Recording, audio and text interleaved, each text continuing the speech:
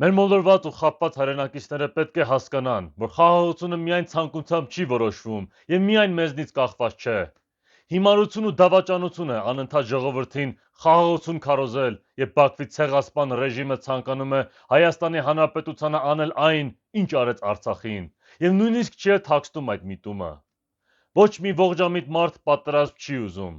բայց եթե շարունակենք այսպիսի պարտվական հայացքներ եւ ստրկամիտ մտածելակերպ ունենալ, մեր մարտական ոգին բարձրացնելու եւ ազգովի ուժային գործոնի վերածվելու փոխարեն, պատերազմը միանշանակ թակելու է մեր դուռը եւ մենք ստիպված ենք լինելու պատասխանել, ուզենք թե չուզենք։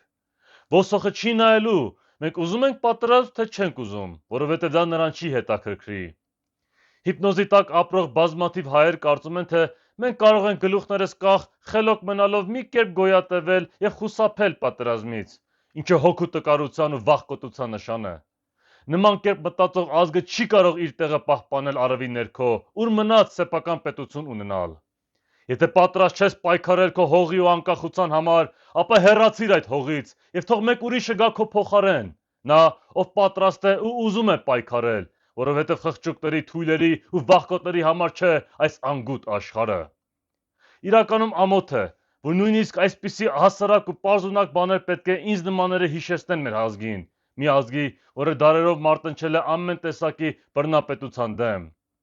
Դրա համար շատ ճիշտ է ասելը, որ այս հայադավ նեոբոլշևիկները քարոզելով խաղաղություն իր տարբեր երանգներով, լինի դա իրական արժանապատիվ թե ուժեղ խաղաղություն, իրականում աճպարարություն են անում եւ մոլորեցնում են մեր հայրենակիցներին, քանի որ նրանց շեշտած խաղաղությունը իրականում ժամանակակից հայոց պատմության ամենամեծ խաբեությունն է։ Այս հակահայկական խաղաղության օրակարգը ոչ այլ ինչ է, եթե ոչ խաբեության մեծ պատրանք, որը մի օր ճաքելու է եւ փլվելու է բոլոր կեղծավոր խաղաղասերների գլխին։